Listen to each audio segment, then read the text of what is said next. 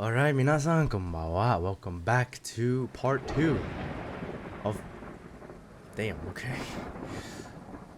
Alright, welcome back to part 2 of the Phasmophobia guide. Now, in the previous video, I talked about basically the fundamentals of how to tackle each of your missions, each of your maps. Today, in this episode, I'm going to be talking about the different ghosts. I'm going to be talking about the ghosts and how each ghost reacts, basically their abilities, their hidden abilities, just to get you, the people who want to play this game for the first time or are fairly new to the game, kind of a quick little summary and an idea of how, basically an idea of how these ghosts act and work. So, first off, ladies and gentlemen, we're gonna talk about each different ghosts. I don't know why it's raining. It's actually gonna be really hard for me to talk about my stuff if it's raining. We're gonna stay right here. Okay. Should we just put a little background music? Background music, hold on.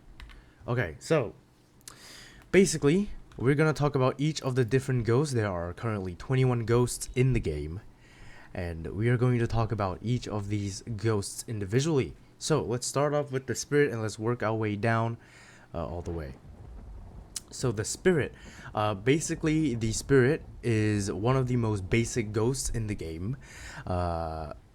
Basically all of these texts that you see at the top, a lot of them are flavor text. A lot of them don't mean anything, but some of them do, and I'll get to those later on. Basically, the spirit, evidence, EMF 5, spirit box, and ghost writing.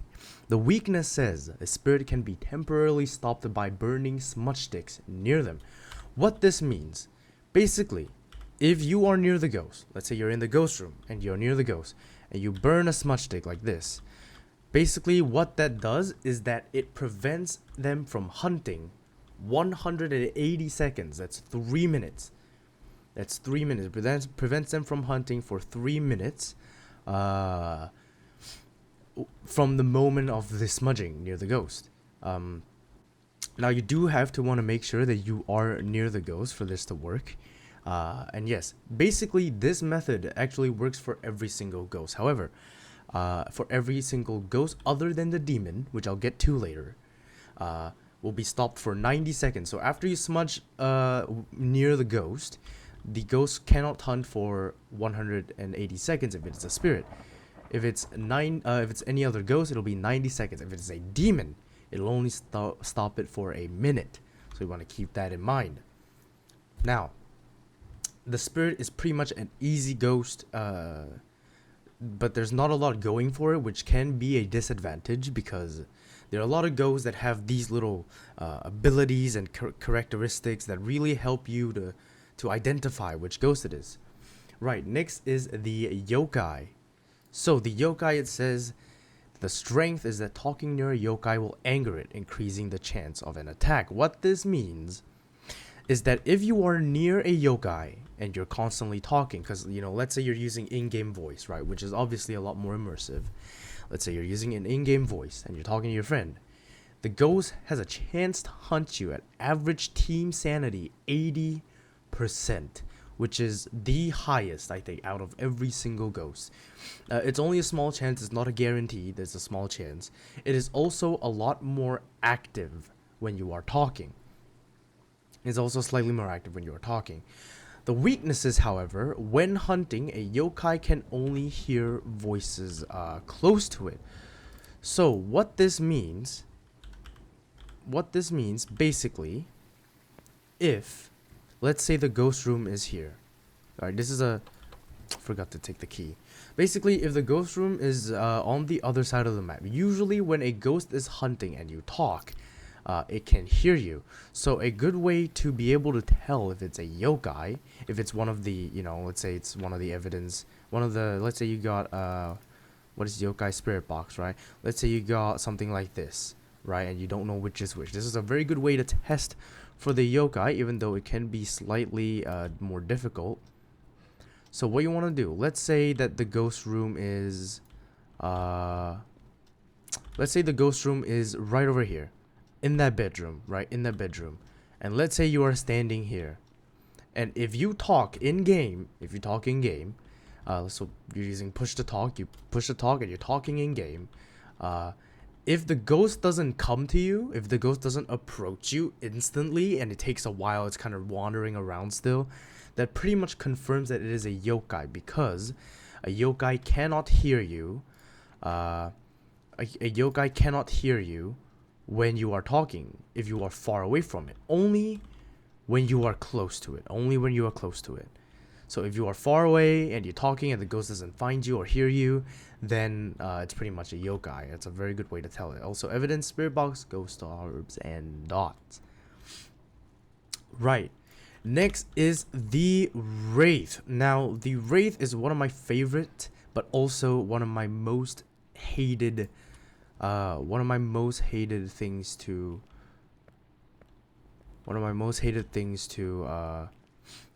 deal with. So the Wraith has a tendency, apparently, I don't know if this is true, but for some reason, every single time I've encountered a Wraith, it has seemed to constantly be moving around. It's a very roamy ghost. This is from personal experience. It might just be a coincidence. But yes, the Wraith, as you can see, travel through walls. This is all flavor text, it doesn't matter. The Wraith almost never touched the ground, which means it cannot be tracked with footsteps. Now, I've said this before. So, the salt is a very good item to bring along with you. It is also, it can also be one of the objectives. As you can see, look, get a ghost to walk through salt.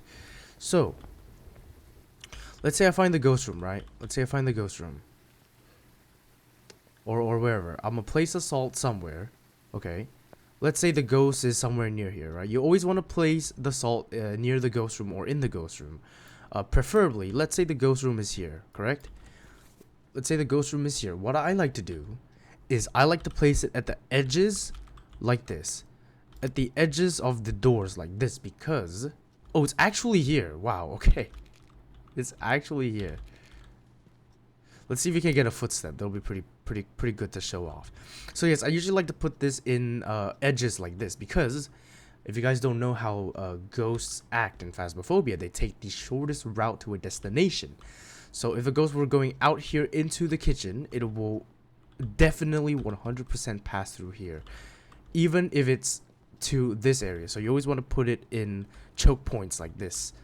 It's a very good way to get footsteps. So you will see with a UV light or a glow stick, you will be able to see footsteps, little feet marks that are green wherever the ghost walks to. If you do not see any of these footprints, if you do not see any of these footprints when you hear walking, and you see that the salt is stepped on, and you cannot find it anywhere nearby, it is 100% a Wraith. Now, do be careful though, because over here in rooms such like this, now I don't think they fixed it yet, I could be wrong, but in rooms like this, where there are carpets and whatnot, the footsteps can actually appear under the carpet. So you'll be like, oh wait, there's a footstep, it's a Wraith, but actually it's under a carpet. So take note of that, which is why I always say put it at choke points here like this, because it's a lot easier to get the ghost footprints. So that is for sure how you would know that it is a Wraith. Wraiths have a toxic reaction to salt. Doesn't really mean anything. It doesn't make it less active. It just, you know, it's basically just linking up to the strength. The Hantu. Now, the Hantu moves faster in colder areas of the house. So, as you can see, the Hantu has freezing temperatures. So, if you are in a big map, and the ghost room that it is in is very, very huge, there's a very, very good chance that you will die, because it is extremely fast, almost Raiju Revenant speed in very cold temperatures. Now, keep in mind that the weather also affects it. So if it is rainy, it'll be slightly colder, which would affect the temperature of the which will affect the temperature of the house, the entire house, which will make it faster because it's colder. Also, I want to point out something here that I missed in my previous video.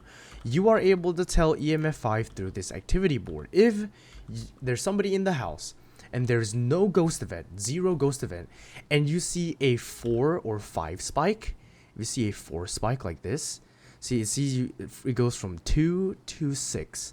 If there's nobody in the house, or there's someone in the house but there were no ghost events, that is a confirmed EMF 5.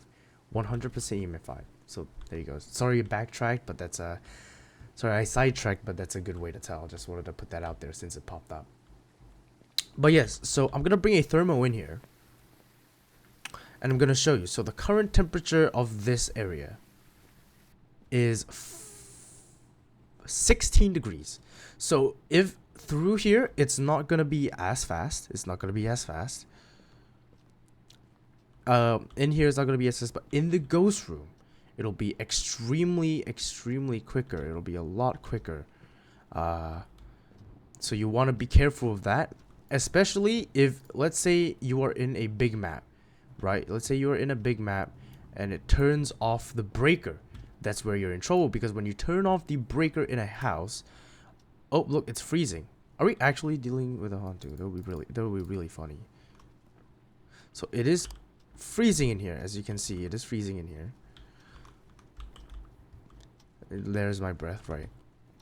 Anyway, so yes, if it is freezing like this temperature right now, it's going to be extremely quick here, very fast. So you want to be very careful of that.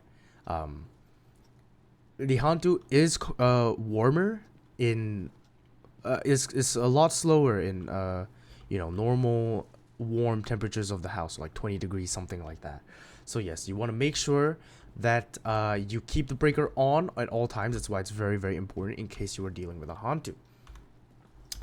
Now we also have the next up we have the Phantom. Now the Phantom, the strength of the Phantom is looking at a Phantom will drop your sanity considerably faster. Now, what this means, let's say there's a ghost event, and you look at the ghost event, you look at the Phantom, it will drop your sanity a lot quicker than other ghosts. Another thing to take note, the weakness, taking a photo of the Phantom will make it temporarily disappear. This means every time you take a ghost photo with your photo camera, you want to look at your photo. If you can see the ghost in your photo, in the picture, if you can see it in the picture, that basically means that it is not a Phantom. If you take a photo, okay, let's say ghost event, you take a photo, pop, he's right here, take a photo. He disappears, but the ghost event ambience is still playing. Let's say you still hear a heartbeat. You check your photo. Did it just turn on the light? But yes, you check your photo, and if you do not see a ghost in that photo, that means it is a Phantom, because Phantoms don't show themselves on camera. That is a very surefire way to tell. But yes, also another thing to take note of, another very interesting little feature that the Phantom has, if you are in a hunt, the Phantom blinks a lot less. So the blinks in between, so every ghost would kind of blink and fluctuate in and out of existence when it's hunting you. If it blinks very little, like let's say it blinks once and then it's like completely disappeared, and then it blinks again, that's where you know that it is a Phantom, because only Phantoms do that. Phantoms are the only ghosts to blink a lot less during hunts. This is very interesting, by the way. I'm just trying to chill here, and this ghost is messing with me. Right. So that is the Phantom. It's really touching that door. But yes, Goryo. Now the Goryo is what is happening? The Goryo is a interesting ghost. So the Goryo's evidence is EMF fingerprints and dots. Now dots projector, like I said in the previous video, if you have a dots projector on the floor, you will be able to slightly see it if it shows itself, usually for ghosts with the evidence. However, if you are dealing with a Goryo will not show the a Goryo will not show the dots through the naked eye, so you cannot see the evidence with your own eyes. And even if you have a camera in the ghost room, if you are in the ghost room yourself, you will not be able to see the evidence. So what I like to do when I'm dealing with a Goryo, or I'm checking for a Goryo, let's say it's in this room, right? You place the dots right over here, and then you stand outside with the camera, and that's how you can see it. Because if you're in the ghost room, you cannot see it. Another way to find out if it is a Goryo with the dots is also to just go in there, see if you can see it. If you can't see it, place a camera in there, go to the truck and check it, and if you can see it there, then it's definitely a Goryo. So that is the Goryo. As you can see, a Goryo will usually only show itself on camera if there are no people nearby. Weakness, they are rarely seen far from their place of death. Basically, this means that the Goryo doesn't roam as much as other ghosts. So that is one thing to keep note of. Right, so the Goryo is a very interesting one. It's kind of easy to counter. It's also really easy to tell, so that's kind of like a little I guess, disadvantage for the Goryo. Next is the Poltergeist. Now the Poltergeist is an interesting and slightly more fun ghost. Now the Poltergeist strength, it can throw multiple objects at once. Now you must be wondering, what the hell does that mean? Every ghost has the ability to throw objects by a little bit, but only the Poltergeist can throw multiple objects at the same time. So let's say this is a very good example in the basement, because the basement has, look at these are 3 things together. If you see all 3 of these get thrown at the same time, it is 100% a Poltergeist. Or it could be a mimic, which I will get to later on. So that is very, very good. That is very, very good. It's a very good way to tell. However, the Poltergeist, the Poltergeist will drain 2% sanity of any player near the site of where the ability was used per object thrown.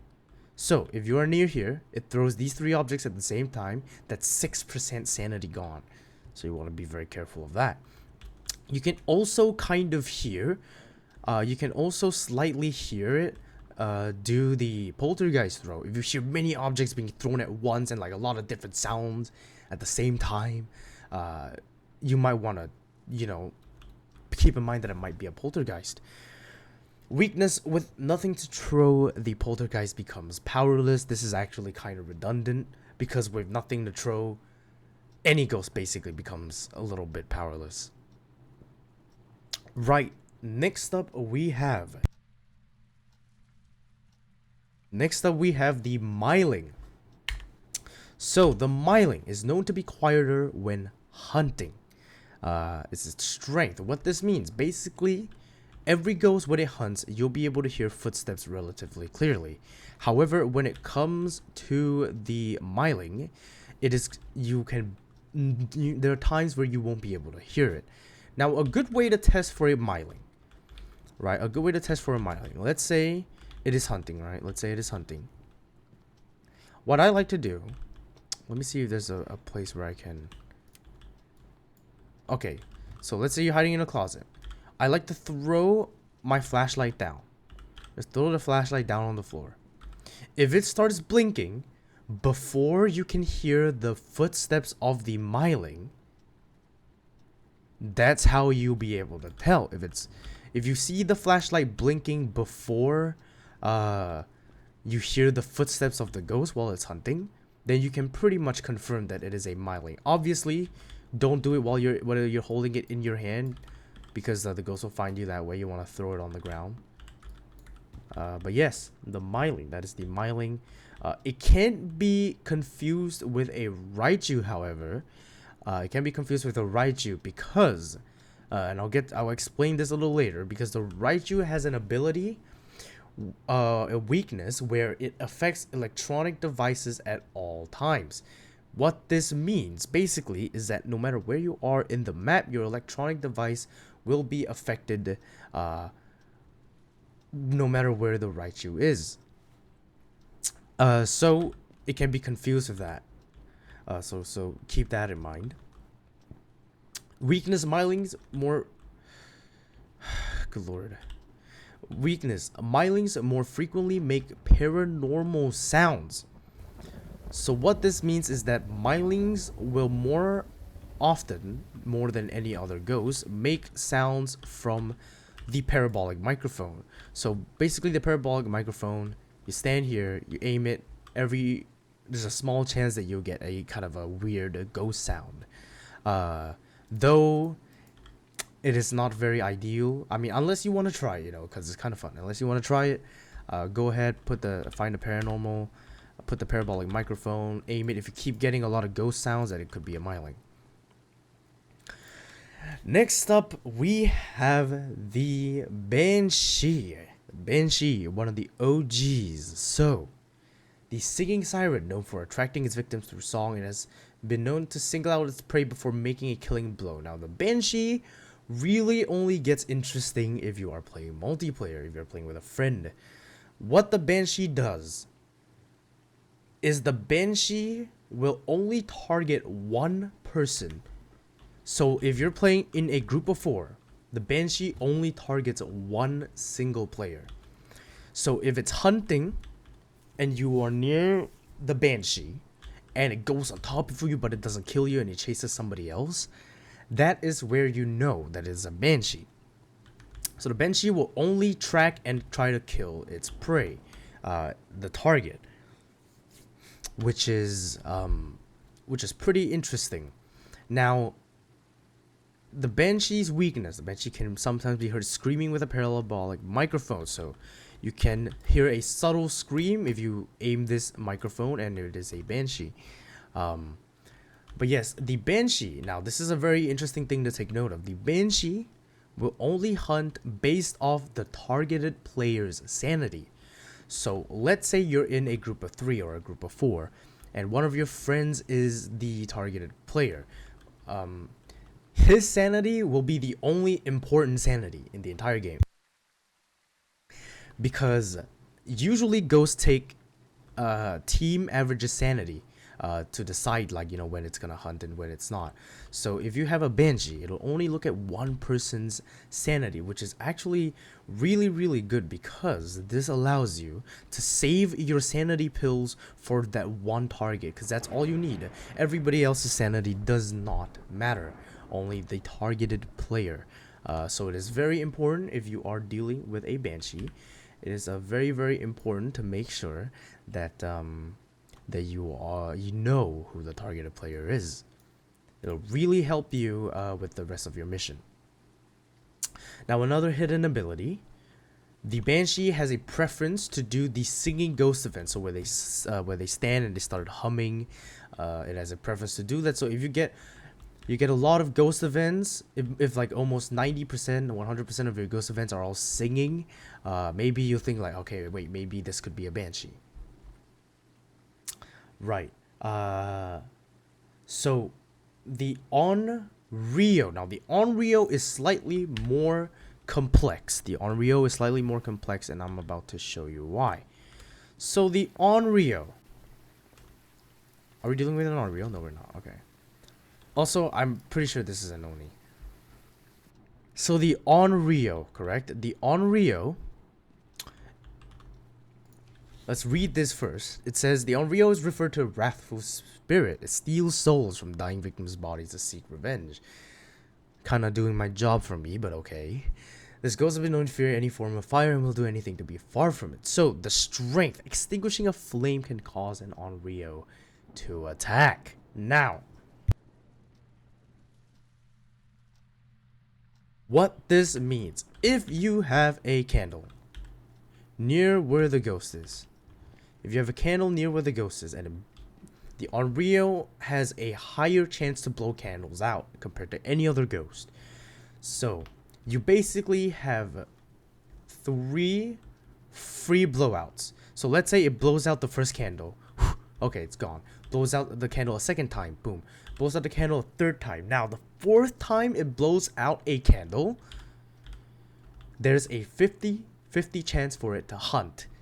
And it doesn't matter what your sanity is. So you could be at 100% sanity. If it already has blown your candle out 3 times, on the 4th time, that is a very, very huge chance, 50-50, for it to hunt you. But yeah. Okay. I'm trying to do a video here. Do you mind? That is very creepy. Look at that. That is actually so creepy. But can you not? I'm trying to do a video here. Oh look, these are the footsteps I'm talking about. So if you get these, you can take pictures of him, and these basically tell you that it's not a Wraith, because Wraith don't have footsteps. Right, but anyways, if you have more than 1 candle, look at this. Weakness there, when threatened, this ghost will be less likely to hunt, and it fears any form of fire. So, if you have 2 candles, if you have more than 1 candle in the room, and you make sure that both of them are lit up at all times, the Onryo cannot hunt. The Onryo will not be able to hunt you if you have more than 1 candle lit up at all times. So that is basically an easy way. That is basically an easy way to tell if it's an Onryo. Now, here is something good about the Onryo that you can also do. So, the Onryo prioritizes the candles as hunt prevention instead of the crucifix. So if you really want to tell if it's an Onryo, you want to be sure, you can put 1 candle, you can put 2 candles, and then you can put a crucifix right beside him. If it blows out the candle and it doesn't hunt, if it uses the crucifix before it blows out the candle, it's probably not an Onryo. If you're at low sanity and it blows out the candle and it does not hunt, Onryo. So it prioritizes candles as hunt prevention first, compared to the crucifixes. Now, if there is 1 or more candle, in the ghost room or near the Onryo, it cannot early hunt. The Onryo is an early hunting ghost. It can hunt you at 60% sanity instead of the normal 50%. So, but if you have more than 1 candle, 1 or more, it cannot hunt you below 50. It cannot hunt you above 50%. So that's a very good way to keep it from hunting you.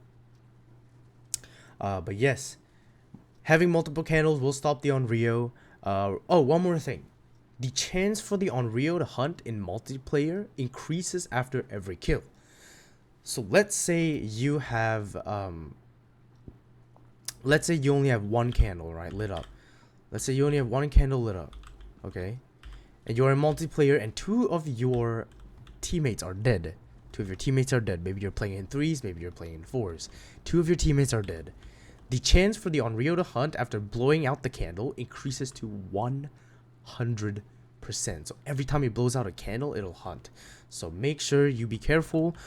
When you're dealing with an Onryo, always have more than 1 candle lit up at a time, and make sure you keep track of it, because Onryos, like I said, Onryos tend to have a higher tendency to blow out candles.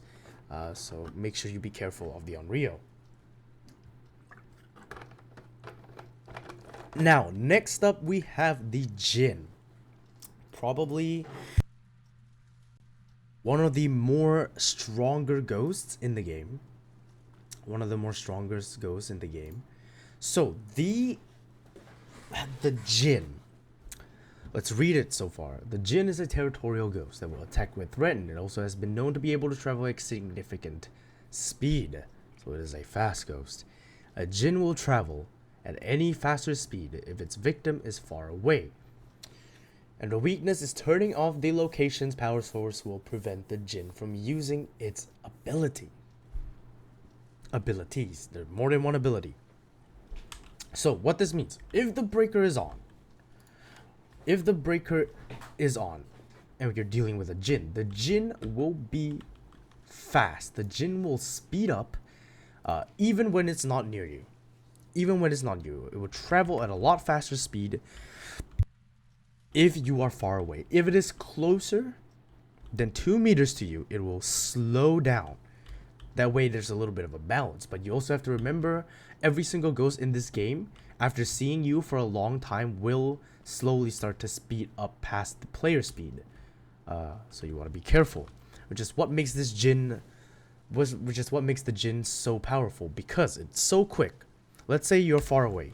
This is more than 2 meters. It comes from there. It's gonna speed up to you, and about 2 meters, it's gonna slow down. But at the same time, it's going to speed up because of the basic ghost mechanic of speeding up after looking at you for a prolonged period of time. Which is why the Jinn is so dangerous, because it can quickly come to right up your ass and then instantly start speeding up because it's looking at you, unless you break line of sight. So yes, that is what makes the Jinn very, very powerful. Now, turning off the location's power source will prevent the Jinn from using its ability. So if the breaker is off, the Jinn cannot use this ability. But yes, a few hidden abilities. The Jinns cannot turn off the breaker. The Jinns cannot turn off the breaker. So if you are playing with your friends and you see the breaker randomly turn off, you will know that it is not a Jinn. You can rule that out of your evidence. There's an exception. So the breaker can be turned off in 2 different ways. The first way is that the ghost turns it off itself.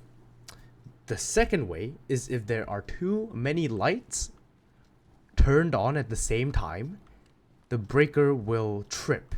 And once the breaker trips, the breaker will turn off. And a good way to tell these two apart is if you turn back the breaker, if you turn the breaker on again, and the lights that you turned on are still on after switching back on the breaker, that means that the ghost is the one who turned it off.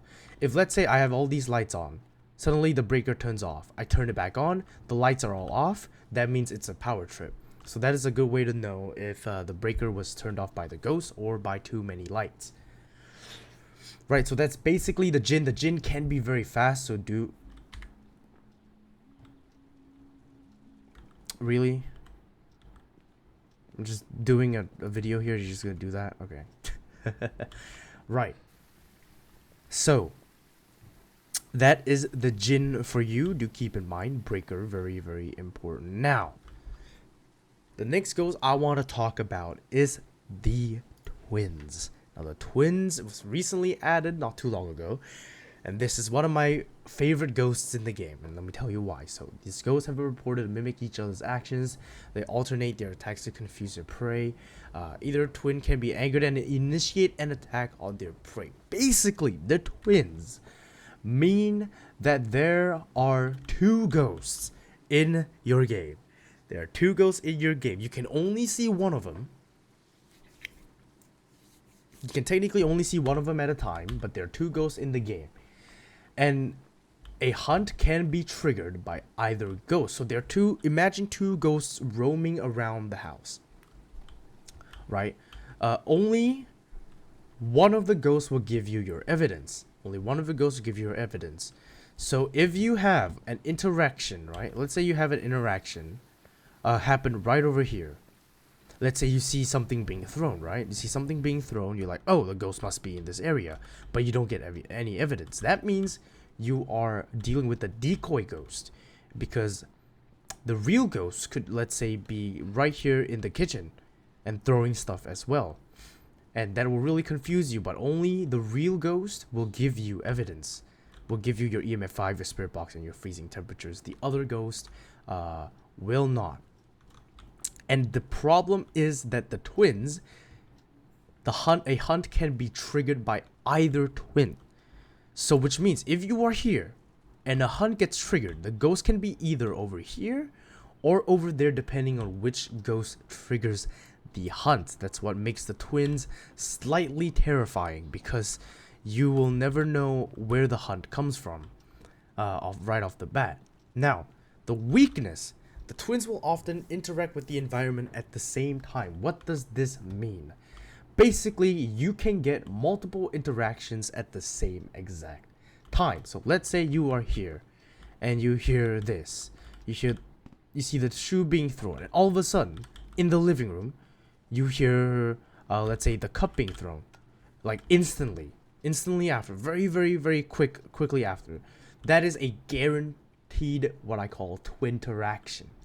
It's guaranteed because the twins can interact with objects simultaneously at the same time at different parts of the map. So if you see one object being thrown and then all of a sudden this is thrown as well, that's also how you can find out if it's a twin. If you see two, or if you hear two different objects thrown very quickly in succession, that's where you can, it might be a twin. So that's where you can find out. Right, next up, the Mare. This one is pretty interesting. So the Mare, let's read it for a second. A Mare will have an increased chance to attack in the dark. The weakness: turning the lights on around the Mare will lower its chance to attack. So, the Mare will hunt at 60% without the lights on. If the lights are off in the ghost room, this only applies to the ghost room. Let's say it's here. Let's say the ghost room is here, right? Let's say the ghost room is here. If the lights are off, it's freezing. Yeah, it's in here now. If the lights are off, okay, it is touching everything in here. If the lights are off, the Mare can hunt you at 60% team average sanity. If the light is on, however, it'll hunt you at 40% sanity. Now, you want to make sure, if you are dealing with a Mare, that all the lights in the surrounding adjacent rooms are also turned on, because, let me explain to you why. The Mare has a tendency to roam further from the ghost room to avoid the light. So let's say your living room light is off, or let's say your light over here is off. It can roam into this room and it can start a hunt at 60% sanity over here because the lights are off. So you want to make sure when dealing with a Mare, all of your lights around the area is turned on, so that the Mare won't hunt you. Another thing is that if a lot of the lights are on, the Mare has a higher tendency to roam further from the ghost room to avoid the light. It won't happen every time. There's a small chance. It's a small chance. It's a very small chance, but it can. Alright, good tune, man. Trying to give you background music. It is a small chance where the Mare will roam to a lot further. So there's that. Now, a kind of hidden ability, a hidden little perk that the Mare has. The Mare has a tendency to do light switch ghost events. So what light switch ghost events are basically the light starts flickering and then they explode. So the Mares have a higher tendency to do those ghost events. Right. That is your Mare. That is your Mare. Right here. So, turning on the lights will lower chance to attack. That's pretty much it. Right. Next up, we have the Raiju and the Revenant. The Raiju. Let's look at the Raiju first. It is a demon that thrives on electrical current. While generally calm, they can become agitated when overwhelmed with power. Now, the Raiju, I would say, is probably one of the most dangerous ghosts in the game. It's one of the most dangerous ghosts in the game because a lot of the times you're gonna have your EMF on the floor, or you're gonna have a camera in the room. Even if there's only one camera in the room, the Raiju will speed up to an extremely fast pace. Extremely fast pace. It makes it almost impossible for you to outrun. Apparently, your head-mounted cam can also trigger the speed, so you want to be careful. I don't know if they fixed that. It used to be the case, but you just want to make sure. But yes, it is very quick, even if there's only one. Even if there's only like one single look at that UV light there, it'll speed up extremely quickly because it feeds off of the power. Now, fortunately, it has a weakness. Raiju are constantly disrupting electronic equipment when attacking, which means that no matter where you are in the map, if you are dealing with a Raiju, your electronic equipment will flicker. It will be all wonky. So if you guys didn't know, during a hunt, electronic equipment is always affected. You'll see it all go haywire in your hand, or like flashlight on the floor start flickering like crazy. So yes, if you are dealing with a Raiju, the easiest way to tell is if you are on the opposite side of the map. Let's say you are all the way over here, the ghost is in that far room, and you see your flashlight flicker anyway. That's how you know that it could be a Raiju. That is pretty self-explanatory.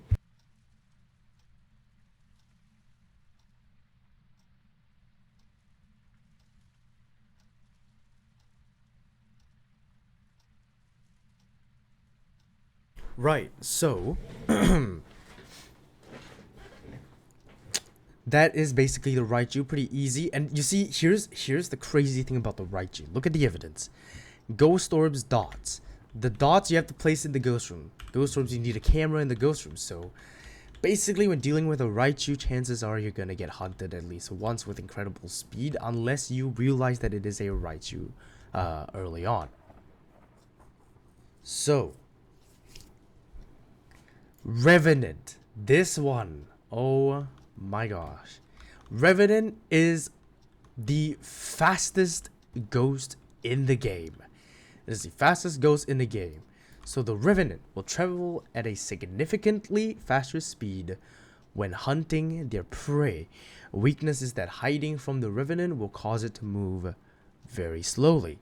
What does this mean exactly? When the Revenant sees you, if it sees you and you hear the heartbeat, let's say it's over there, it sees you and you hear the heartbeat, the Revenant will sprint. A Revenant will sprint faster than player speed. So this is player sprint speed. It'll sprint faster than this. So you will almost 100%, you will 100% not outrun it unless you break line of sight. So what you want to do is hide or use a smudge stick. So when hiding, this is an easy way to tell if it is a Revenant. This is the easiest way to tell. If you are hiding and you listen to the footsteps of the ghost, let's say you're hiding in here, right? So you're hiding in here and you're listening to the footsteps of the ghost. If the time between each different footstep is longer, that's how you know that it's a Revenant, because Revenants are extremely slow when they're not looking at their target, when they're not looking at a player. So if you're hiding and you hear that the footsteps between each Revenant are like really prolonged and really long, that's how you can tell, hey, maybe it's probably a Revenant. But yes, Revenant doesn't really have any other secret ability or anything, so we're gonna move on to the Obake. The Obake. Pretty easy ghost to learn, pretty straightforward. Obake are terrifying shapeshifters capable of taking on many forms. They've been seen taking on humanoid shapes to attract their prey. That is flavor text. It's bullshit, doesn't matter. Strength. When interacting with the environment, an Obake will rarely leave a trace. Obakes are the only fingerprint evident ghost that has a chance not to leave fingerprints. So the easiest way to tell if it is an Obake is to grab your UV light. let's say it touches this door. Let's say it touches this door, opens this door, right? You see, oh, wait, there's a fingerprint there. Okay, put a fingerprint there. And all of a sudden, it touches this door, and you see, wait, there's no fingerprints. That's how you know, okay, it's an Obake. And likewise, that's why you always have to double check. If Obake, let's say you already got EMF 5 and Ghost Orbs, right? And you think it's a Raiju because the first time it touched the door, it didn't leave fingerprints. You're like, oh, it's a Raiju. Always make sure if Obake is one of the possible ghosts in your combinations, always check for fingerprints again, constantly, because there's always a chance that the Obake will not leave fingerprints despite being a fingerprint ghost. Now, it says sometimes this ghost will shapeshift, leaving behind unique evidence. So there's a small chance for an Obake to leave a special kind of fingerprint, a 6-finger fingerprint. It is the only ghost that can do that, and that is a dead giveaway that you're dealing with an Obake. Right. The Shade, the most hated ghost. I hate dealing with the Shade because the Shades are the most pathetic and weakest ghosts in the game. So the Shades. What does the Shades do? The Shades are known to be very shy. There is evidence to suggest that a Shade will stop all paranormal activity if there are multiple people nearby. So, what does this mean? The Shade are extremely shy and will have very, very, very little to no interactions in the ghost room, even when there's just one person in there. There's a chance that it's gonna have extremely little interactions. You're gonna find almost little to no activity if there's one or more people in the ghost room. Now, the Shade can only hunt you at 35% sanity. Only 35, which is insanely weak. It is very, very weak. It is the only ghost that can hunt you at such a low sanity. The Shade will also won't hunt if there are multiple people near the ghost. So if you know for a fact that the ghost is here, can you shut up? If you know for the fact that the ghost is here and there's 2 of you or 3 of you or 4 of you in here, the ghost cannot hunt. But be careful because it can roam far away without you knowing and then start a hunt there. But yes, a little hidden little quirk about the Shade. The Shade prefers to do hissing ghost events where there's the little white ball you see and then it goes close to you and then it goes that's how you know that it could possibly be a Shade, because it has a higher tendency to do that. So the Shades are extremely weak, and they're very annoying to get very annoying to get more.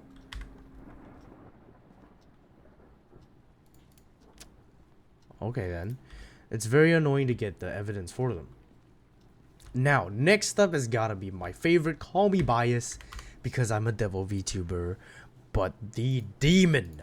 Now, the Demon, as an amateur player, as a new player, is the worst possible ghost to get. Rightfully so. I'm very proud of him. So, the Demons can hunt you below anywhere as long as it's below 70% sanity, which is crazy. And here's the thing. Demons have a tendency to chain hunt. It is a tendency to chain hunt. And every single ghost has a little timer after each hunt before it can actually hunt again. The Demon's timer is only 20 seconds. It's only 20 seconds.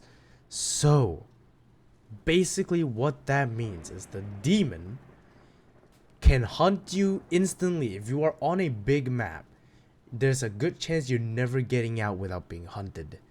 You'll be constantly permanently hunted because of how quick the Demon hunts in succession. Now, the Demon are weak to crucifixes, as you can see. So what happened is The Banshee used to have this thing where it is afraid of crucifixes, and the range. So a crucifix has a little. Imagine a circle range around the crucifix, right? Imagine a circular range around the crucifixes. So if you plop the crucifix down, let's say over here, if the ghost is anywhere within this range when it triggers the hunt, it'll eat up the crucifix and the hunt will be prevented. So the demons have a much wider range. It's 5 meters instead of the usual 3 meters. So a good way to be able to tell that if it's a demon, let's say you have a room like this, right? If you put 2 crucifixes right here, very far, very close to one another, and it still uses all the crucifixes, it means that it's probably a demon. Because that's how you tell, because the range of the crucifix is wider compared to other ghosts, Right.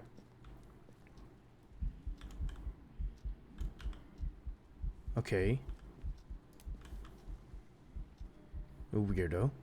Right, so that is the demon. You want to make sure that you are scared. And what makes this demon even worse is that in multiplayer, the demon is insane because sanity pills are limited. Sanity, you only have 4 for your entire team. So the moment your team's average sanity goes below 70, you're screwed. Which is why dealing with a demon, you have to be extremely careful. And you have to make sure, look at the ghost walking in there. You have to make sure that you conserve your sanity and you find the evidence as quickly as you can. Next up, we have the Yurei. Oh wait, I forgot to tell you the Jinn. The Jinn has a hidden ability to drop your sanity by 25% randomly. That is a hidden ability about the Jinn that I forgot to tell you. Which is and I remembered because of the Yurei. Now the Yurei is a weak ghost. It's a very weak ghost. So the Yurei has an ability to lower lower somebody's sanity by 13% randomly 13%. It'll lower your sanity, and that's a very easy way for you. It's very difficult for you to tell actually. As you see, you have known to have a stronger effect on people's sanity. Weakness, smudging the Yurei's place of death will trap it, temporarily reducing how much it wonders. So basically, if you smudge the Yurei's ghost room, there's a good chance that the Yurei will be stuck there for a while. But again, don't count on this because all ghosts tend to kind of stay in their ghost rooms every now and then. So I wouldn't really use that as a way to tell. But yes, the Yurei ability. Now this one's very interesting. So there's a way to tell if the Yurei has used its ability to drain your sanity. The 13% sanity. Random drain, by the way, it's random. It can happen at any time. There's a way to tell this. So if a door near you randomly closes fully like this, that is where you can check. That is a tell that maybe I should check whether my sanity has decreased, because when the Yurei uses its ability, that happens. But again, it can also be confused as just another random ghost event. So just give it a little check. If your sanity has decreased by 13%, then you can know, okay, it's like definitely a Yurei. If it didn't, then it's just a coincidence, because ghosts can close doors all the way. It doesn't necessarily mean that it's a Yurei ability. But that's pretty much it. The Yurei is really weak. They have had so many problems with this in the past. The Yurei's hidden ability used to not work at all. I still remember those times. But yes. The Oni. There's really not much to say about the Oni actually. The Oni are extremely active. Crazy active, very active. You see so many things happening at so many times, like many ghost events happening and doors closing, doors being touched. That's why I thought that this might have been an Oni that we're dealing with. But yes, that is one way to tell. Or it could be a Jinn, because the Jinn didn't turn off the breaker in my game.